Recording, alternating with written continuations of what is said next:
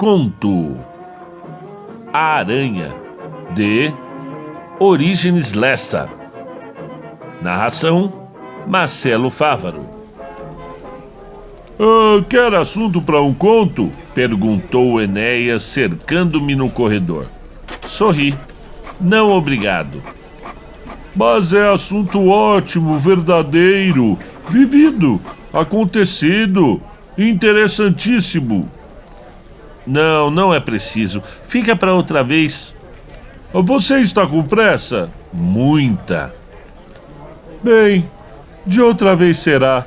Dará um conto estupendo. E com essa vantagem. Aconteceu. É só florear um pouco.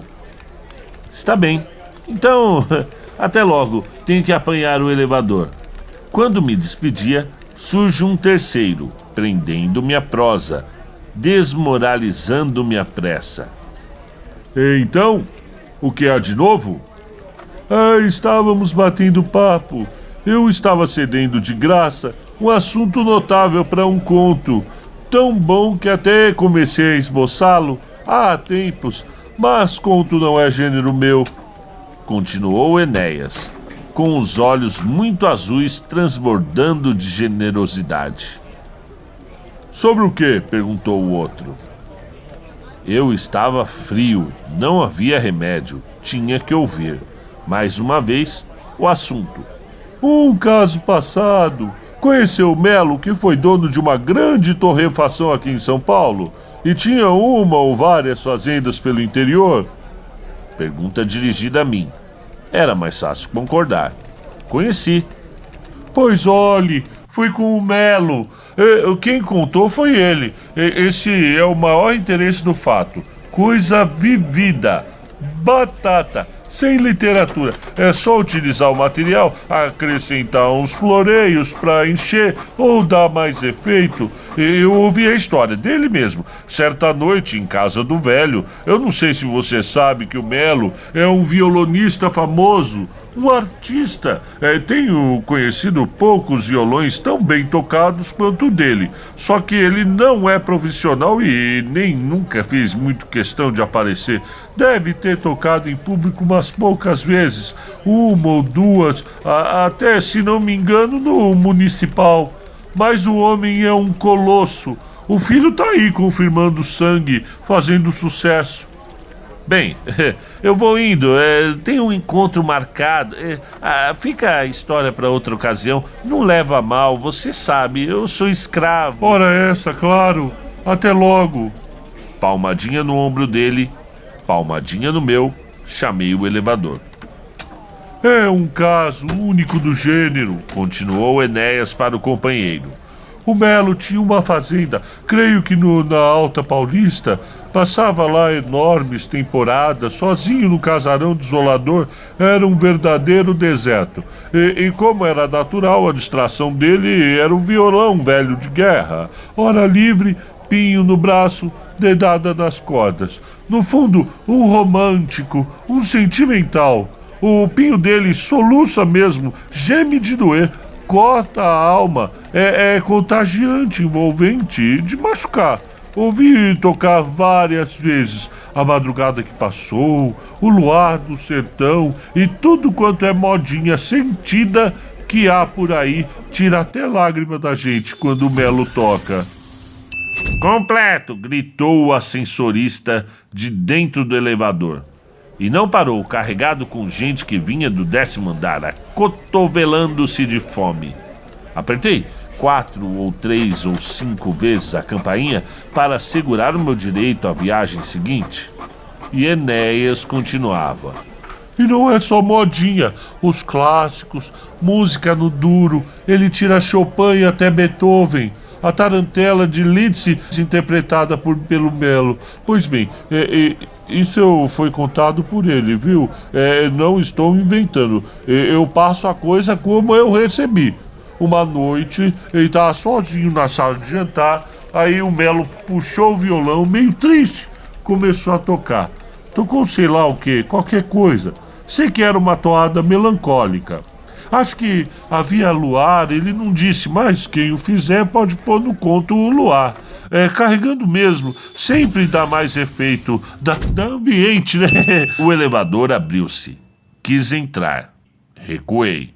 Você sabe, nessa história de literatura, o que dá a vida mesmo é o enchimento, a paisagem, um tostão de lua, duzentão de palmeira, 400 de vento sibilando das copas das árvores. É barato e agrada sempre. Do modo que quem fizer o conto deve botar um pouco de tudo isso. Eu dou só o esqueleto e quem quiser que aproveite. O Melo estava tocando. Luz, isso ele contou. Fraquinha, produzida na própria fazenda. Você conhece iluminação de motor, né? Pisca, aquela luz alaranjada. A luz alaranjada não é do motor, é do... Bem, isso não vem ao caso. Luz vagabunda, fraquinha. Desce. 2 sujeitos que esperavam também precipitaram-se para o elevador. Completo. O Melo estava tocando. Inteiramente longe da vida, de repente olhou para o chão. Poucos passos adiante, enorme, cabeluda, uma aranha caranguejeira.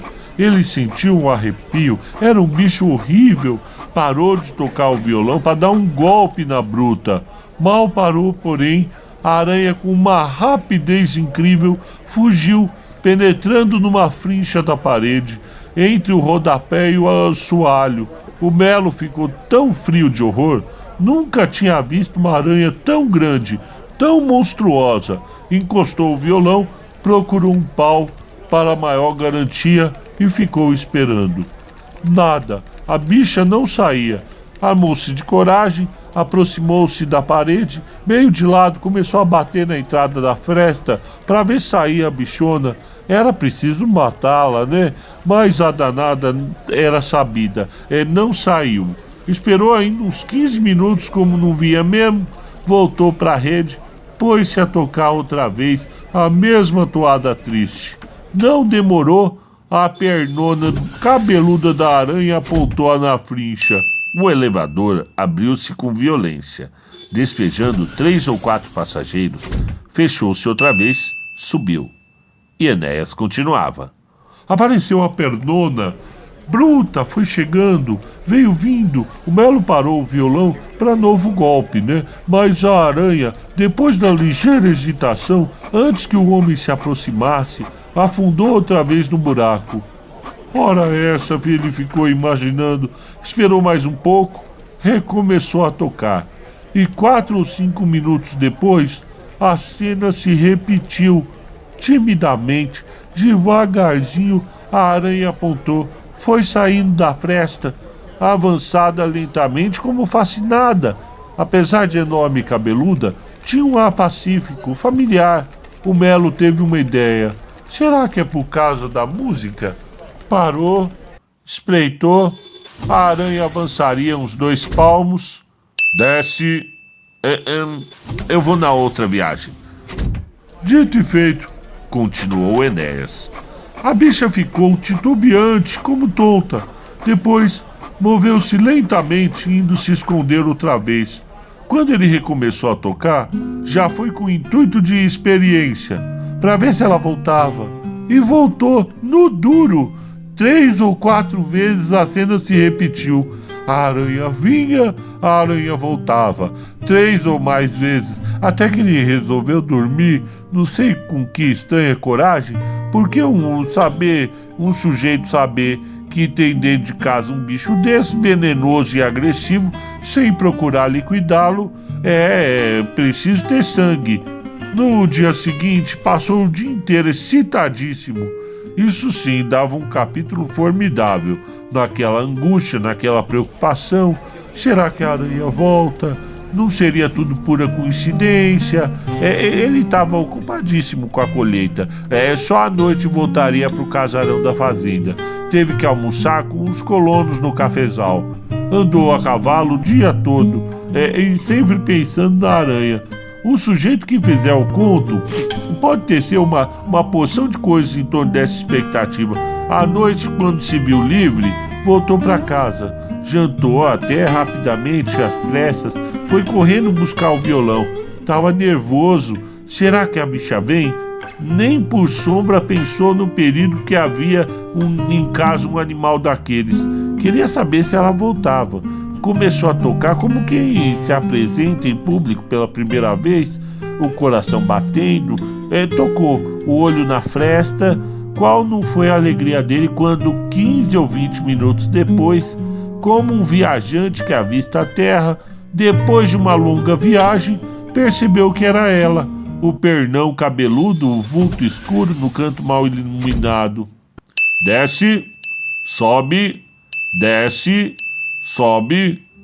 A aranha surgiu de todo. O mesmo jeito, estonteado, hesitante, o mesmo ar arrastado, parou a meia distância. Estava escutando, evidentemente estava.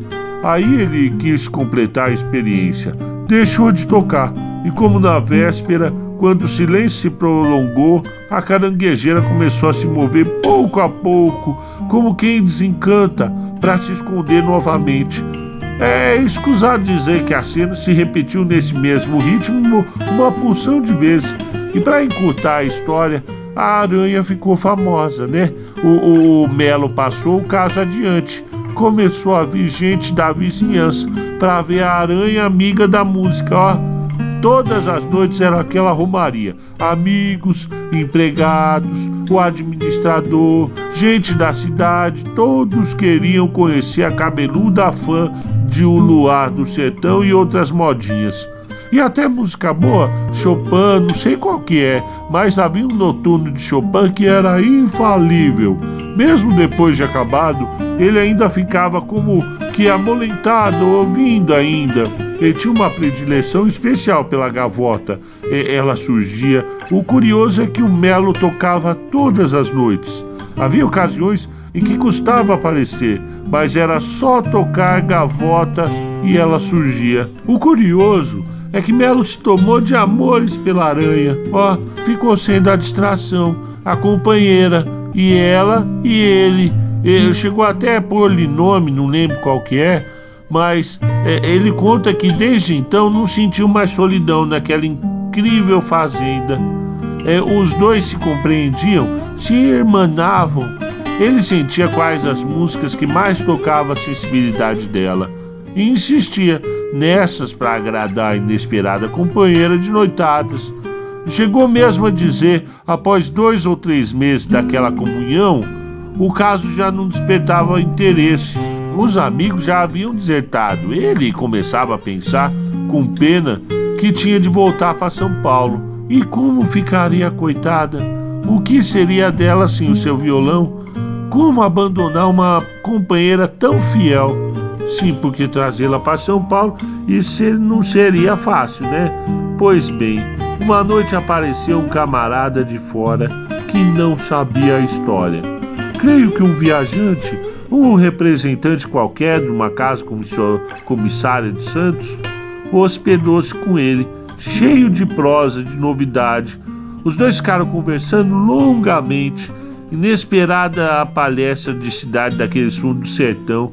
Negócio de safra, cotação, mexericos, as tantas, esquecido até da velha amiga, Melo tomou o violão. O velho hábito que era um prolongamento da sua vida. Começou a tocar distraído. Não se lembrou de avisar o amigo. A aranha cotidiana apareceu. O amigo escutava. De repente, os seus olhos a viram. Arrepiou-se de espanto e, num salto violento, sem perceber o grito desesperado com que procurava deter o hospedeiro, caiu sobre a aranha, esmagando-a com um sapatão cheio de lama. O Melo soltou um grito de dor. O rapaz olhou sem compreender e comentou: "Que perigo, hein?" O outro não respondeu logo. Ele estava pálido, numa angústia mortal nos olhos. E justamente quando ele tocava a gavota de Tárrega, que é a que ela mais preferia, coitadinha. Mas o que há? Eu não compreendo. E vocês não imaginam o desapontamento, a humilhação com que ele ouviu toda essa história que eu contei agora. Desce, e eu desci.